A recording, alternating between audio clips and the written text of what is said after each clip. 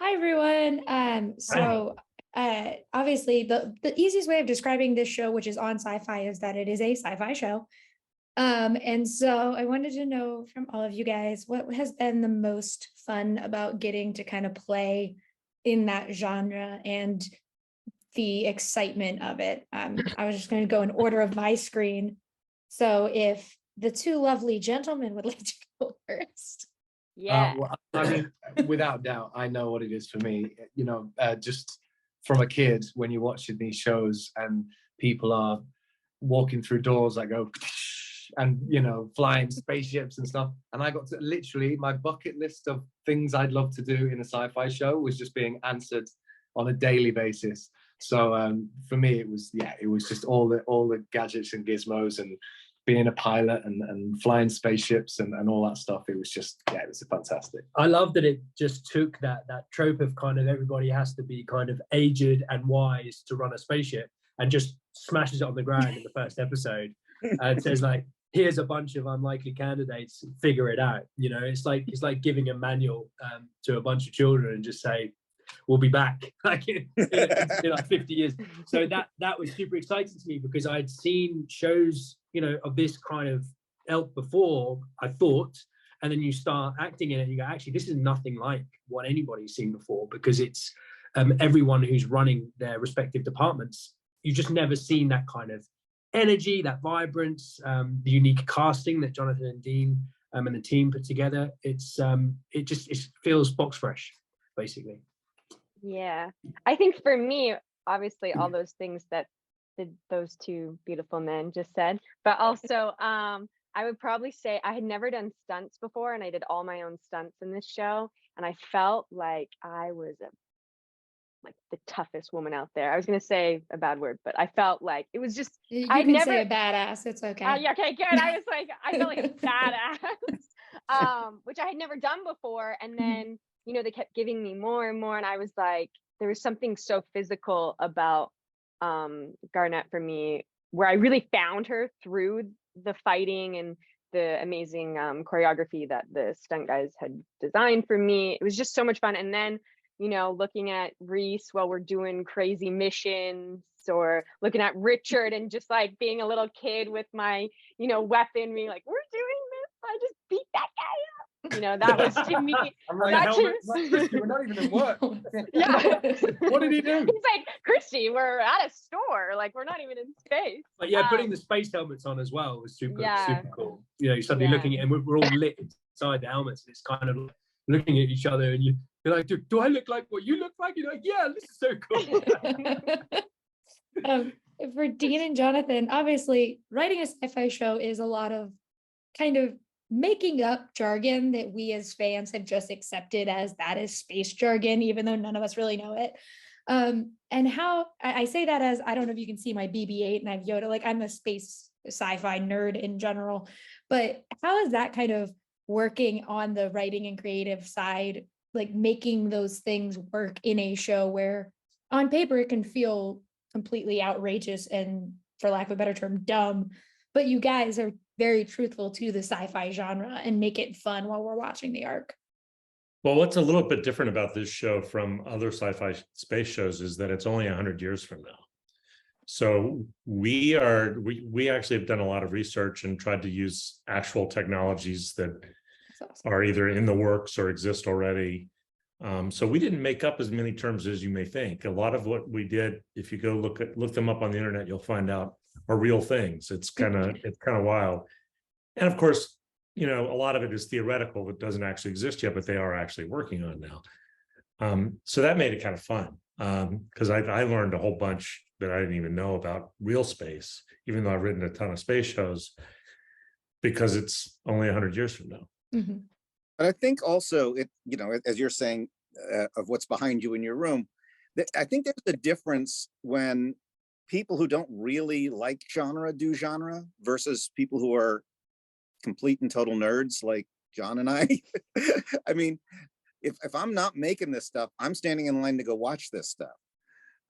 So I don't just go to a sci-fi convention to sit on a panel. I go and I walk around and have a great time. So I mean, this is a show made by people who actually really love this kind of show. That's awesome. Yeah, I come from a Trekkie family, and my niece is named after Data's daughter's initials. Those are her initials. So like this kind of stuff is like what I grew up watching. So I was like, this is so much fun. I do have to ask, Richard, not only do our names almost sound identical to each other. Oh my My God, name is yes. my name's Rachel Leishman. And so every time I see your name, I'm just like, yes. But I'm also a huge fan of Ghost the musical, which I feel like is a rare thing in this world. And so I know how well you can sing because I listen to I've Had a Life frequently. And so I want to know, even though it doesn't make sense, can you convince these lovely two gentlemen to make your character sing at some point in the show? We too I have don't tried think- to convince them to do that, by the way. We Richard could has turn him beautiful into a voice. ghost. That would be good. Yeah. Yeah, Yeah. I'd rather do the singing thing than the ghost thing if that's possible. I don't know, The Rachel, lighting that's is- the question. It's a question for the bosses. We'll have to see. We'll have to see. Rachel, I will tell you this as a little kind of inside baseball story. And it really goes to what a wonderful group of humans this was who made the show. At the end of the show, Richard wrote a song about the experience and made a video with photos. Incredible. And Yeah. it wasn't meant for me to see, but someone snuck it to me anyway. And I have to tell you, I was in tears watching it. First of all, because his song is so beautiful, his singing is so beautiful, but the real love that he showed for his fellow castmates, and you could see the cast with each other because these were all kind of behind the scenes photographs he put together. It was really remarkable. Oh, I didn't even know that, Dean. That's very lovely. I'm glad. I love that. Reese, you kind of brought this up, but it is one of my favorite parts about the show is it is like a bunch of children kind of being in charge of something because no one really knows what they're doing. And Christy, what I love about your character is that she attempts to like be in charge, but even when she's in charge, you're like, okay, like she has an air of confidence, even though she's saying things that you're like, I don't think that would they might die. Yeah. And so Completely. She's just there to pick an option because no one else can pick it. So she's just like, I'm not really qualified, but let's do this. Everyone, we're doing this and we're probably going to die, but let's do it. Is that though fun for all of you guys as actors? Because you three are the ones who are like, we're confident in what we're doing, but it is very clearly like from the first episode on, none of you know what to actually do to make sure everyone succeeds. So is it fun kind of playing both those sides? It's hugely fun. And also, I guess that's what makes this premise so brilliant and so unique is because generally speaking, in those situations, there's some old, wise sage somewhere who's been there and done it and you can go, what they say goes, you know. But actually in this situation, there is no Captain Kirk. It's just like, we all got to figure it out and we're all looking at each other blankly. It's all a like great line. Yeah, there's a great line in one bit when Lane turns to Garnett and goes, well, you wanted to be in charge. And just like, yeah, it's like, no. That's the thing as well. It's like what you say versus what you do, because anyone can sit on the sidelines like Lane and go, well, that's wrong. You shouldn't do that, you know, but there's a big difference. I think that's what delineates Garnett from the rest of us, you know, is that she's willing to actually take the flak if it does go wrong. And she's decisive and she's got those characteristics. Whereas, as you say, you're good at throwing tomatoes from the balcony, and Bryce is a bit more like, I don't know. Do you know what I mean? So it's kind of, I don't know if I know. Yeah. So I think it's just better that Garnett took the reins. Thank God someone did. Yeah. Yeah. But who knows what happens for the rest of the season? Yeah. He's not going to let that die, by the way. He's not going to let that die. He's like, who knows? I might. I got a chance here. I got a chance here. It really is like, it's the chaotic energy of, I don't know if you guys have seen 2009 Star Trek, but it is the chaotic energy of that Enterprise bridge where no one really knew what was going on or what they were supposed to be doing. Yeah. But like characters, you're like, I feel like I can trust that guy. Like it's that energy with this show. And it's totally. very awesome. fun. I That's also awesome feel like what it's you're doing. relatable. I also feel like it's relatable. Like I know me when I'm in like a crazy situation, I'm always the person that's like a mess, just like crawling in the mud, being like, I don't know how I'm gonna do this.